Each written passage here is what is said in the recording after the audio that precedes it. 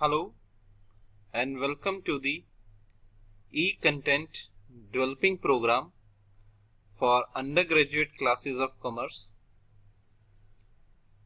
under the aegis of the Directorate of Higher Education Haryana. I, Jaspal Singh, is here before you all in my third video of the ratio analysis.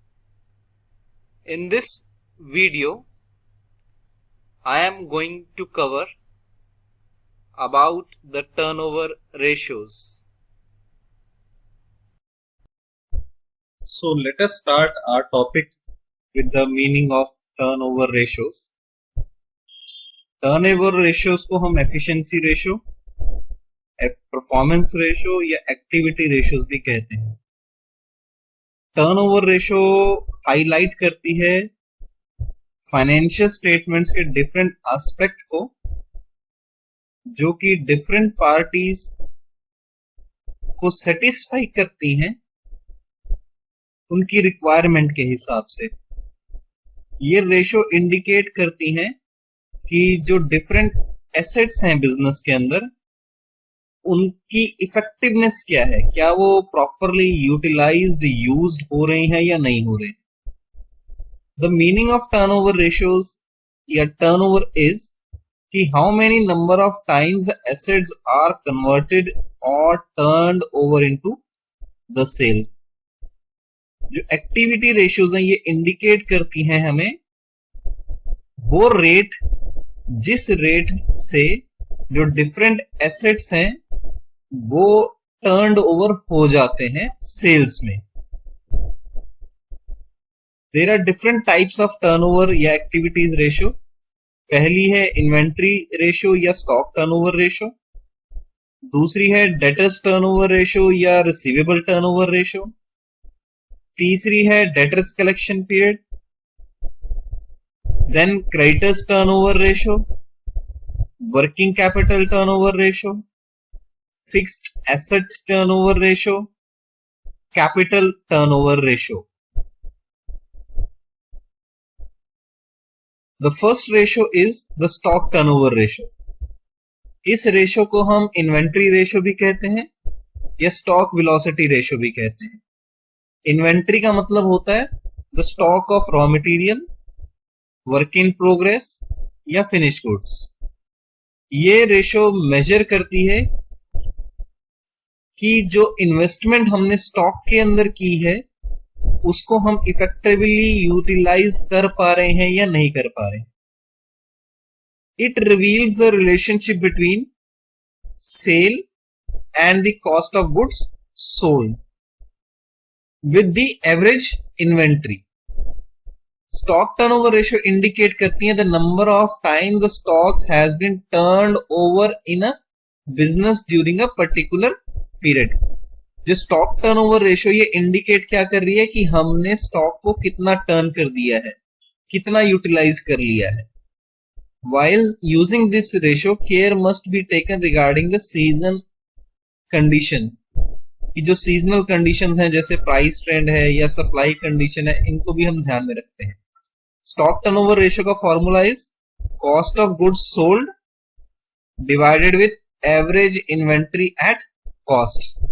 Cost of goods sold कैसे निकालते हैं? Opening stock plus purchase plus direct expenses minus closing stock या sales minus gross profit. और average stock कैसे निकलेगा? Opening stock plus closing stock divided with 2। So the formula of stock turnover ratio is cost of goods sold divided with average inventory at cost. Let us take one problem. The cost of goods sold of ESP Limited is 5 lakh. The opening stock या inventory is 40,000. The closing inventory is 60,000, which is at cost. Find out inventory turnover ratio. Formula क्या था? Cost of goods sold divided with average inventory. Cost of goods sold कितना है हमारा? 5 लाख। और average inventory कैसे निकाले थे? Opening stock plus closing stock divided with 2। 40,000 plus 60,000 divided with 2, that is 50,000. 5 lakh divided with 50,000. The stock turnover ratio is 10 times. The second problem, if the inventory turnover ratio is 5 times, average stock is 75,000, find out the cost of goods sold. हमारे पास average inventory ratio दे रखी है 5 times they रखी है और stock की average दे रखी है 75,000. निकालना क्या है? Cost of goods sold. हमें ये पता है average inventory turnover ratio is equal to cost of goods sold divided with average inventory. तो 5 हमें इन्वेंट्री टर्नओवर रेशियो दिया हुआ है और एवरेज इन्वेंट्री 75,000 दे रखी है. दोनों को क्रॉस मल्टीप्लाई किया, 5 multiply with 75,000. So the cost of goods sold is 3,75,000. Now coming to the interpretation of inventory turnover ratio. Inventory turnover ratio क्या मेजर कर रही थी? Velocity of conversion of stock into sale. की velocity क्या है? कितनी जल्दी, कितने समय में हम स्टॉक को सेल में परिवर्तित कर रहे हैं. अगर ये velocity ज्यादा है, इसका मतलब हम अपनी इन्वेंट्री को एक बेहतर तरीके से यूटिलाइज कर रहे हैं. हमारी जो मैनेजमेंट एफिशिएंसी है वो अच्छी है. अगर इन्वेंट्री टर्नओवर रेशियो लो है तो ये इंडिकेट करेगी inefficient management of the inventory, यानी कि हम इन्वेंट्री का मैनेजमेंट सही तरीके से नहीं कर पा रहे हैं. Next ratio is debtors turnover ratio. Debtors turnover ratio को रिसीवेबल टर्नओवर रेशियो भी कहा जाता है या डेटर्स वेलोसिटी रेशियो भी कहा जाता है. डेटर्स क्या है? Uncollected portion of credit sale. तो डेटर वेलोसिटी क्या इंडिकेट करेगी? The number of times the receivable are turned over in the business during a particular period. In other words, it represent how quickly the debtors are converted into cash. कि जो हमारे debtors थे उनको हमने cash के अंदर कितना जल्दी कन्वर्ट कर दिया है. This ratio establishes the relationship between the receivable and the sale. किस किस के बीच में रिसीवेबल रिलेशनशिप है? ये रिसीवेबल के बीच में और सेल्स के बीच में. Two kinds of ratio can be used to measure the जज the firm's liquidity position basis on the efficiency of credit collection and credit policy. जो debtors turnover ratio है ये दो तरीके से हम कर रहे हैं इसको. एक number 1 is debtors turnover ratio, दूसरा है debtors collection period. The debtors turnover ratio का मीनिंग क्या है? net credit annual sales divided with average debtor. Trade debtors कैसे निकालेंगे? sundry debtors plus bills receivable या अकाउंट्स रिसीवेबल, और इनको हमने एवरेज कर दिया. एवरेज कैसे किया? Opening trade debtors plus closing trade debtors divided with 2. पहला काम ट्रेड डेटर्स निकाले. ट्रेड डेटर कैसे? Sundry debtors plus bills receivable या अकाउंट रिसीवेबल. इस ट्रेड डेटर्स को एवरेज किया, opening plus closing divided with 2. Next is the net credit cell. Net credit sale कैसे निकली? Total sales minus cash plus sales return, यानी कि cash sale में से total sale minus, it will give the credit sale. Next is the average collection period.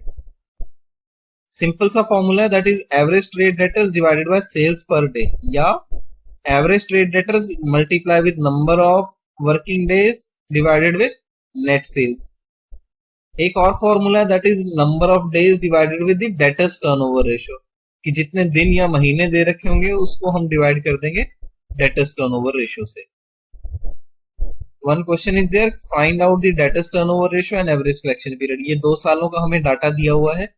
इन 2 सालों के data के हिसाब से हमने we have to calculate the debtors turnover ratio and the average collection period. We are given with the annual credit sale 5 lakh, 6 lakh, debtors in the beginning 80,000, 1 lakh, debtors at the end 1 lakh, 1,20,000, and we are given with the days, that is 360 days.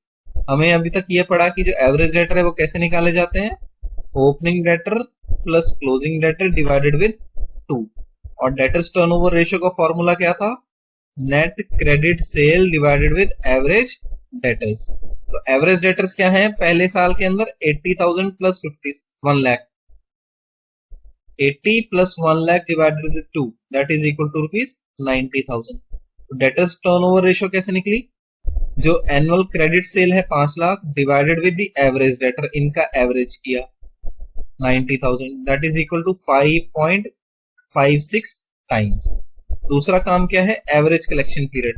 क्या बताया था कि number of working days divided with debtors turnover ratio. Number of working days इस question के अंदर हमें कितने दे रखे हैं 360। अगर ये कुछ भी ना दिया हो तो नंबर ऑफ वर्किंग डेज होंगे 365, लेकिन अगर स्पेसिफिकली क्वेश्चन के अंदर हमें 360 दे रखा है तो जो नंबर ऑफ वर्किंग डेज है वो वही माने जाएंगे जो हमें क्वेश्चन के अंदर दे रखे हैं।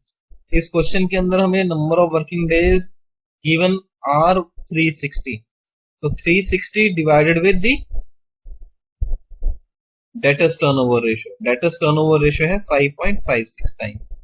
तो जो डेटर्स कलेक्शन पीरियड या एवरेज कलेक्शन पीरियड आया है वो है 64.7 डेज, अप्रोक्सीमेट करें तो 65 days. Coming in the second year हमारे पास एवरेज डेटर बने 1 लाख प्लस 1,20,000 डिवाइडेड विद 2, तो ये आता है 1,10,000। इस वैल्यू को फॉर्मूला में पुट किया, फॉर्मूला क्या था, net credit annual sale divided with average debtor. Credit sale 6 lakh और इन दोनों का एवरेज आया 1,10,000, तो 6 lakh divided with 1,10,000 it comes to 5.45 times. अगर हम इसका एवरेज कलेक्शन पीरियड निकालें तो फॉर्मूला क्या था, number of working days divided with debtors turnover ratio. Working days 360, debtors turnover ratio 5.45, so your average collection period is 66.05 days, approximately 66 days. Coming to the next ratio, that is the creditors turnover ratio. इस ratio को क्या नाम दिया जाता है, इसको payable ratio भी कहा जाता है या क्रेडिटर वेलोसिटी रेशियो भी कहा जाता है। डेटर्स टर्नओवर रेशियो के अंदर हमने क्रेडिट सेल को देखा था, यहां पर हम क्रेडिट परचेज को देखेंगे। The credit purchases are recorded in the accounts of buying companies as the creditors to the account. This ratio establishes the relationship between net credit purchase and average trade creditor. किस किस के बीच में relationship, net credit purchase और average trade creditor के बीच में। Creditor velocity ratio indicate what, the number of times with which the payment is made to the supplier in respect of credit purchase, कि जो हमने परचेज किया है credit पर, उस क्रेडिट परचेज को हम कितने टाइम में पे कर रहे हैं। जितने टाइम में हम पे कर रहे हैं ये रिप्रेजेंट करेगी हमारे क्रेडिटर्स वेलोसिटी को। सेम वही दो तरीके हैं, creditors turnover ratio and creditors payment period या average payment period. Creditors turnover ratio का formula net credit annual purchase divided with average trade creditor. Average trade creditor कैसे निकलेंगे, creditors plus bills payable divided with the average daily purchase, और average daily purchase annual purchase divided with the number of working days in a year. और average payment period कैसे, trade creditors multiply with the number of working days divided with annual purchase. Same वही तरीका, सिर्फ फर्क क्या है, difference क्या है कि वहां क्रेडिट सेल थी, यहां क्रेडिट परचेज है। Now coming to the significance, ये सिग्निफाइंग क्या कर रही है हमें कि हम कितना प्रॉम्प्टली क्रेडिटर्स को पे कर रहे हैं। अगर ये रेशियो लो है तो payment to the creditors are not paid in time, और अगर ये ज्यादा है इट मींस हम क्रेडिटर्स को टाइमली पे कर रहे हैं। अगर हम टाइमली पे कर रहे हैं इट मींस हमारी जो फाइनेंशियल पोजीशन है वो स्ट्रांग है। Let us take a question to understand the creditors turnover ratio and average payment period. What we are given, the total purchases 4 lakh, cash purchase is included in above, यानी कि इस total purchase में cash purchase भी है 50,000, purchase return 20,000, creditors at the end 60,000, bills payable at the end 20,000, reserves for discount on creditors 5,000. इस information के हिसाब से what we are calculating the creditors turnover ratio. Formula क्या बताया था कि annual net credit purchase divided with the average trade creditors. तो इस क्वेश्चन के अंदर हमारी टोटल परचेज कितनी है 4 लाख, 4 लाख में से कैश परचेज माइनस करी 50,000, तो इट कम्स टू 3,50,000 माइनस जो परचेज रिटर्न हो गए हैं, परचेज रिटर्न कितने में 20,000 के, तो हमारी नेट क्रेडिट परचेज कितनी आई है 3,30,000। तो पहली चीज net credit purchase that is 3,30,000। Now creditors turnover ratio क्या है, credit purchase divided with the average trade creditors. Average trade creditor क्या है, creditors at the end plus bills payable at the end, यानी कि 60,000 प्लस 20,000 दैट कम्स टू 80,000। तो 3,30,000 divided with 80,000 it comes to 4.13 times. Next is we have to calculate the average payment period. Average payment period कैसे निकलेगा, number of working days divided with creditors turnover ratio। क्या बताया था, अगर number of days दे रखे हैं तो वो लेने हैं, अगर क्वेश्चन के अंदर नंबर ऑफ डेज नहीं दे रखे तो what we have to take, we have to take it 365 divided with creditors turnover ratio 4.13 that is equal to 88 days.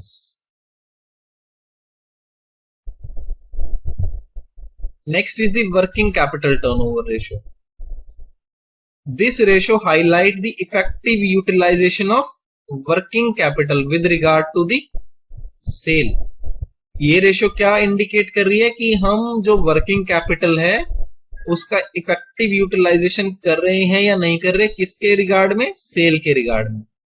This ratio represent the firm's liquidity position. ये सारी जो ratio है वो क्या बता रही है, लिक्विडिटी पोजीशन को बता रही है। It establishes the relationship between cost of sales and net working capital. किस किस के बीच में रिलेशनशिप, कॉस्ट ऑफ सेल के बीच में and net working capital. So the formula is working capital is equal to cost of sale divided with average working capital। और average working capital कैसे निकलेगा, opening working capital plus closing working capital divided with 2। तो formula एक और है, that is the, अगर हमें cost of sales नहीं दिया क्वेश्चन के अंदर तो सेल्स हम ले सकते हैं। और वर्किंग कैपिटल कैसे निकालते हैं, current assets minus current liabilities। Coming to the significance of this ratio, it is an index to know whether the working capital has been effectively utilized or not in making the sale। की क्या current assets या current liabilities का हम effective utilization कर रहे हैं या नहीं कर रहे। अगर ये higher है तो इसका मतलब effective utilization है, that is firm can repay its fixed liability out of the working capital. और अगर ये लो है it means there is the shortage of working capital to meet the day to day business activities. Find out the working capital turnover ratio. We are given with the cash 10,000, bills receivable 5,000, sundry debtors 25,000, stock 20,000, creditors 30,000, cost of sales 1,50,000। Formula of working capital turnover ratio is cost of sale divided with net working capital। cost of sale कितना है 1,50,000 which is given to us।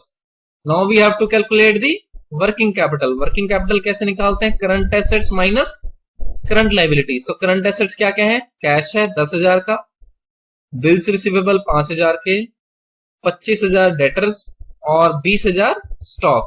10,000 plus 5,000 plus 25,000 plus 20,000, it comes to rupees 60,000. So our working current assets are 60,000 rupees. And what are the current liabilities? Current liabilities are only 30,000. So our net working capital is current asset minus current liability. Current assets हमारे 60,000 और current liability 30,000. 60,000 minus 30,000 कितना आया? ₹30,000. Now net working capital turnover ratio. Cost of sale 1,50,000 दी हुई है और 30,000 हमारा working capital, दोनों को डिवाइड किया, हमारी जो वर्किंग कैपिटल टर्नओवर रेशियो आई है that is equal to 5 times. Next is the fixed asset turnover ratio. This ratio indicates the efficiency of asset management. Fixed asset turnover ratio is used to measure the utilization of fixed assets, कि हम fixed assets को utilise कर पा रहे हैं या नहीं कर पा रहे. ये रिलेशनशिप एस्टैब्लिश कर रही है कॉस्ट ऑफ गुड्स सोल्ड का किसके साथ? टोटल फिक्स्ड एसेट्स के साथ. अगर ये हाई है तो इसका मतलब हम फिक्स्ड एसेट्स को सक्सेसफुली यूटिलाइज कर रहे हैं. अगर ये कम है तो ये अंडर यूटिलाइजेशन को संबोधित करेगी. फॉर्मूला क्या है फिक्स्ड एसेट टर्नओवर रेशियो का? कॉस्ट ऑफ गुड्स सोल्ड या sale divided with total fixed assets. तो कंपोनेंट्स ऑफ फिक्स्ड एसेट्स क्या क्या है? फिक्स्ड एसेट्स गुडविल हो सकती है, land and building, plant machinery, furniture, trademarks, patents, long term investment, debit balance of profit and loss, discount on issue share, discount on issue debentures, preliminary expenses, any other immovable properties. These are the total fixed assets. Next ratio is the capital turnover ratio. ये indicate या measure कर रही है capital utilization in the business. Establishes the relationship between the cost of sale या sale and the capital employed या share holders fund. कैसे calculate? Cost of sale या sale divided with the capital employed. और capital employed कैसे निकला? Share holders fund plus long term loans, पहला formula. दूसरा total assets minus current liabilities. Components क्या क्या हैं? यानी कि शेयर होल्डर्स फंड और लॉन्ग टर्म लोन्स में क्या क्या आता है? Equity share capital, preference share capital, debentures, long term loans, share premium, credit balance of profit and loss, capital reserve, general reserves, provisions, appropriations of profit. These all are the components of capital employed, that is shareholders fund plus long term loans. Let us take an example. From the following information find out the cost of sale, capital employed and capital turnover ratio. Example दिया हुआ है और उसमें से हमने तीन चीजें निकालनी है. एक कॉस्ट ऑफ सेल निकालना है, एक कैपिटल एम्प्लॉयड निकालना है और कैपिटल टर्नओवर रेशियो निकालनी है. हमें टोटल एसेट्स दिए हुए हैं 10 lakh, bills payable 1,50,000, creditors 75,000, opening stock 50,000, purchases 4 lakh, closing stock 60,000. With these information we have to calculate these three things, that is cost of sale, capital employed and capital turnover ratio. Cost of sale निकालने के लिए क्या है हमारे पास formula? That is opening stock plus purchase minus closing stock. Opening stock हमारा 50,000 का है, purchases 4 lakh, 50,000 plus 4 lakh minus 60,000. हमारा जो कॉस्ट ऑफ सेल आया है that comes to 3,90,000. Secondly we have to calculate the capital employed. दो फॉर्मूला थे, दूसरे फॉर्मूला हमने लिया है that is the total assets minus current liabilities. हमारे पास टोटल एसेट्स हैं 10 लाख के और हमारी करंट लाइबिलिटी हैं 2. पहली लाइबिलिटी है बिल्स पेबल की और दूसरी लाइबिलिटी है क्रेडिटर्स की. 1,50,000 प्लस 75,000 दैट इज 2,25,000. तो 10 lakh minus 2,25,000 that is equal to rupees 7,75,000. So in this question our capital employed are 7,75,000. Thirdly we have to calculate the capital turnover ratio. The formula of capital turnover ratio is cost of sale divided with capital employed. Cost of sale कितनी है हमारी 3,90,000 और capital employed कितना है 7,75,000. दोनों को divide किया, हमारा जो कैपिटल टर्नओवर रेशियो आया that is 0.50 times. So this is all from the video. In this video we have covered about the different types of turnover ratios. We have covered the stock turnover ratio, debtors turnover ratio, creditors turnover ratio, working capital turnover ratio, fixed capital turnover ratio, fixed assets turnover ratio, etc. So thank you.